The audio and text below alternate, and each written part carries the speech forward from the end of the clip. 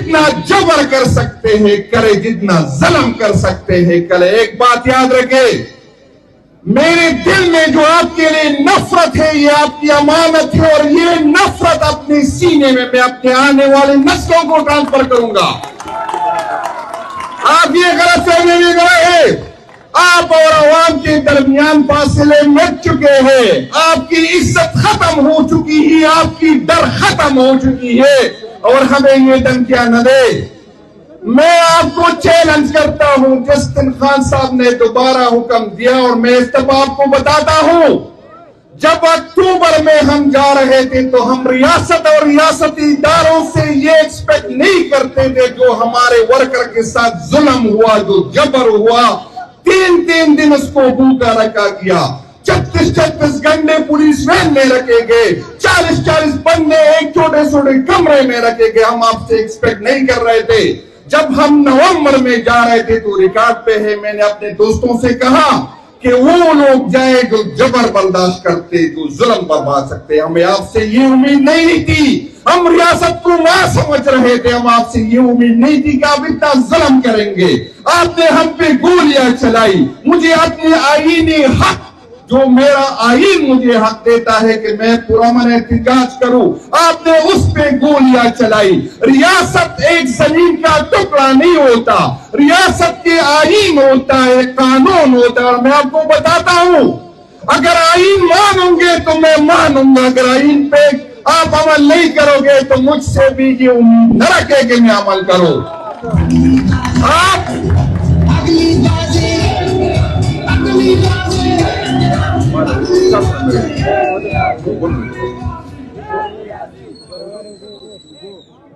آپ یہ غلط فہمی میں نہ رہے کہ آپ جب چاہے آئین کو ووٹ کے نیچے رکھ دیں گے اور مجھ سے پھر آپ یہ بات کریں گے کہ آئین پہ عمل کرو. بھائی جان, اس آئین بنانے والے میں میرے ابا و اجداد شامل نہیں تھے. آئین جس طرح آپ پہ لازم ہے اس پہ عمل کرنا, اسی طرح مجھ پہ, آپ اس سے بالا تر نہیں ہے. اور میں آپ کو بتاتا ہوں کہ میں اداروں سے ناراض ہوں, میں اداروں کے بڑوں سے ناراض ہوں, لیکن میں اس اداروں کو اون کرتا ہوں. آج آپ یہاں ہوں گے, کل جب ریٹائر ہو جائیں گے تو کینیڈا میں ہوں گے, آسٹریلیا میں ہوں گے, کسی اور ملک میں ہوں گے, لیکن یہ ملک میرا ہے, یہ ادارے میرے ہیں. یہ میں اپنے آنے والی نسلوں کے لیے میں اپنی زمین کا قرض ادا کروں گا. اور انشاءاللہ تعالی میں نے جو بات شروع کی تھی میں دوبارہ اس پہ آتا ہوں. ہم اس دفعہ جب احتجاج پہ نکلیں گے تو گولیاں کانے نکلیں گے. ہاتھ اٹھائیں جو گولیاں کانے کو تیار ہے.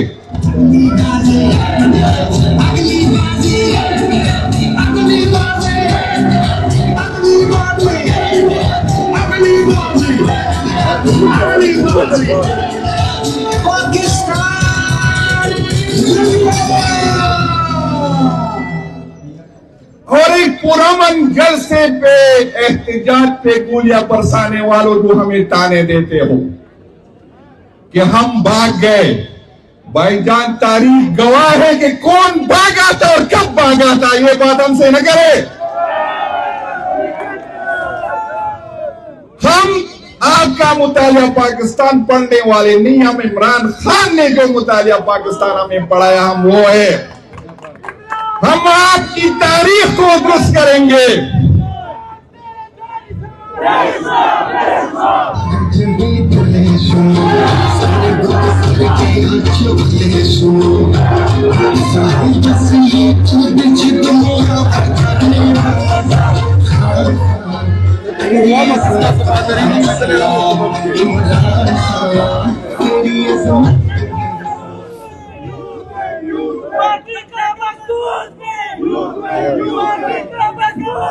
میرے بھائیوں, یہ جو قانون نہیں مانتے, جو اس ملک کے چچا ماما اپنے آپ کو سمجھتے ہیں, انشاءاللہ تعالیٰ آپ کو گھسیٹیں گے اور آپ پہ ہم یہ قانون بھی مانیں گے اور اس کی آئین بھی آپ سے منوائیں گے.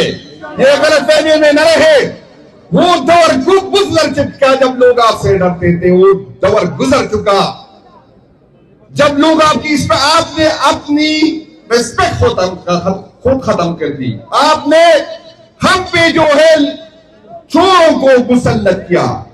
آپ نے مینڈیل کا چوری کی, آپ نے ہمارے مستقبل کی چوری کی, آپ نے اس ملک کے عوام کی چوری کی. آپ تو سب سے بڑے چور ہیں, پھر بھی ہم آپ سے جو ہے.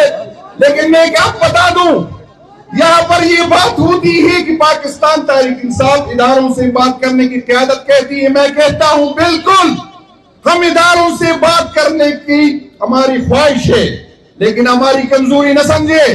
ہم چاہتے ہیں اور ہماری خواہش ہے کہ ہم اس کو ساتھ بیٹھ جائے, اس سے بات کرے اور اس کو یہ سمجھائے کہ آپ کا اس عمل کی وجہ سے عوام آپ سے بہت دور جا چکے ہیں. آئین نے آپ کی جو حدود متعین کی اس میں رہے, اس میں آپ کا بھی فائدہ ہے اور ہمارا بھی فائدہ ہے, ہماری آنے والی نسلوں کا فائدہ ہے. آپ غلط فہمی میں نہ رہے, آپ اس غلط فہمی میں نہ رہے کہ ہم خاموش رہیں گے. ہم اس لیے خاموش اور پرامن ہے کہ ہماری قیادت نے ہمیں کہا ہے کہ پرامن رہے. اور جس دن ہماری قیادت نے ہمیں حکم دیا تو یہ جو 9 مئی کا ڈرامہ آپ کو کرتے ہیں آپ لوگ, میں آپ کو بتانا چاہتا ہوں کہ اس دفعہ اگر ہم نکلے تو آپ کو ہم مذمت کے قابل نہیں چھوڑیں گے. میرے الفاظ یاد رکھیں. کوئی یہ غلط فہمی میں نہ رہے. ہم آپ کی فائروں پہ تھوکتے ہیں, آپ کی جیلوں پہ تھوکتے ہیں انشاءاللہ. اور میں آپ کو بتاتا ہوں یہ آپ کے جو پرانے ہتھ کنڈے ہیں کہ آپ فائلیں نکالتے ہیں, فائریں کاٹتے ہیں, آپ ویڈیو لاتے ہیں. بھائی جان میں تو ڈرتا ہوں آپ لوگوں سے, میں فیملی والا. یہ پیچھے جو میرے دوست اس کے ساتھ کیا کرو گے؟ اس کے تو فائلیں نہیں نکال سکتے, اس کی ویڈیو نہیں نکال سکتے, اس کو بچوں سے بلیک میل نہیں کر سکتے. آپ برداشت نہیں کر سکے گے اگر ہم سامنے سے ہٹ گئے. یہ جو یوتھ میرے سامنے کھڑے ہیں, اگر یہ کل میری جگہ کھڑے ہو گئے, یقین کرے برداشت نہیں کر سکو گے, بہت مشکل ہوگا. اور آپ جو کہ آپ کی یہ غلط فہمی ہے کہ ہم عمران خان کو ختم کر سکیں گے. بٹو ایک جنریشن کا لیڈر تھا, ابھی تک کتنی مارشل لا آئی, آج تک آپ بٹو کو ختم نہیں کر سکتے. عمران خان 3 جنریشن کا لیڈر ہے, آپ کیا باقی اس کو ختم نہیں کر سکتا.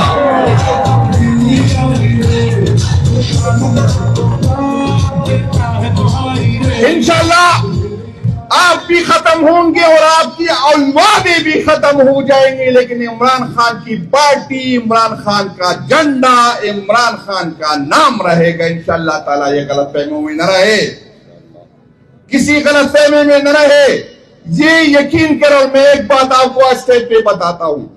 جب میں صدر بنا, مختلف ریجن کے لوگوں سے میں نے ملاقاتیں کی, میں نے رائے مانگی.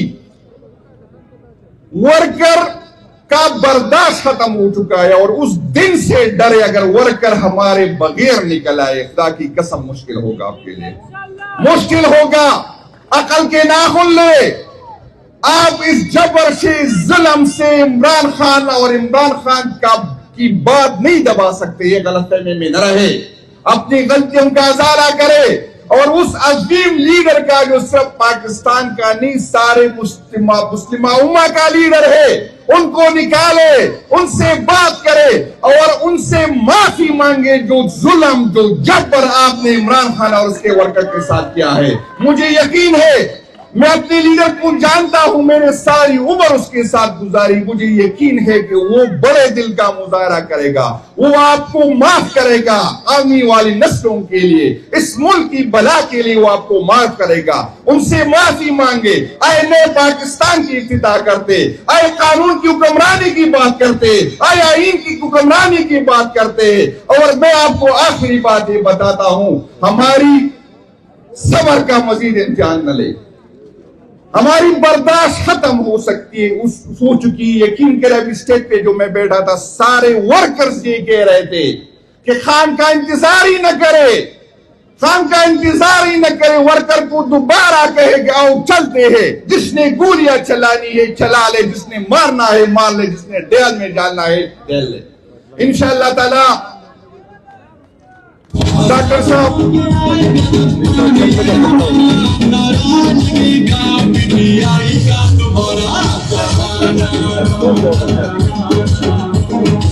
بھائی جان, آج ایک تو ہماری میں نے پہلے بھی بات کی کہ ہماری سوری صوبے میں ایک احتجاجی آج کا برکوٹ کے مقام پہ اس لیے فیصلہ ہوا تھا جو کاٹلنگ میں ظلم ہوا رمضان میں اور آپ کا تحصیل ناظم صاحب ہم خود بھی گئے تھے، ڈاکٹر صاحب تو ساتھ تھے.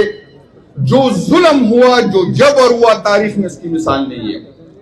ایک طرف ان کا وہ شہید ہو گئے، دوسری طرف ریاست نے اس کے ساتھ یہ ظلم کیا کہ اس کو دہشت گرد یا دہشت گردوں کے فیسیلیٹیٹر ڈکلیئر کیا. اس سے زیادہ ظلم نہیں ہو سکتا.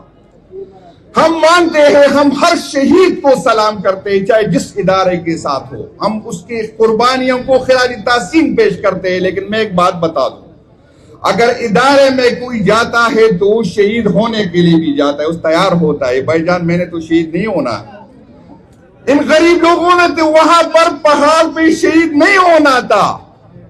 آپ جب شہید ہوتے ہیں ہم آپ پہ فخر کرتے ہیں، آپ کو سلام کرتے ہیں، لیکن آپ کو تو جھنڈا ملتا ہے، آپ کو تو شہید پیکج ملتا ہے، آپ کے بچوں کا تو خیال رکھا جاتا ہے. لیکن میں جو 3-3, 4-4, 5-5 لاشیں ایک گھر سے اٹھاتا ہوں، نہ مجھے سلوٹ ملتا ہے، نہ مجھے پاکستان کا جھنڈا ملتا ہے، نہ مجھے شہید ڈکلیئر کیا جاتا ہے، تو یہ مزید نہیں چلے گا. اگر آپ کی شہید کی ہم ریسپیکٹ کرتے ہیں، عزت کرتے ہیں، تو ہمارے شہید کی آپ نے عزت کرنی ہوگی. اگر ہمارے شہید کو شہید مانیں گے تو آپ کے شہید کو شہید مانیں گے. یہ نہیں ہو سکتا کہ آپ والا شہید ہے اور میرا والا جو ہے جان باغ کے جان باغ نہیں ہوگا، یا آپ والا بھی شہید ہوگا تو میرا والا بھی شہید ہوگا. پاکستان تحریک انصاف کے ورکر کو شہید مانوں گے تو آپ کے شہید کو شہید مانوں گا. اگر ہمارے ورکر کو شہید نہیں مانتے تو پھر مجھ سے بھی یہ گلہ نہ کرنا، پھر میں بھی سوچوں گا آپ کے شہید ہونے پہ. بڑی مہربانی اور شکریہ جی.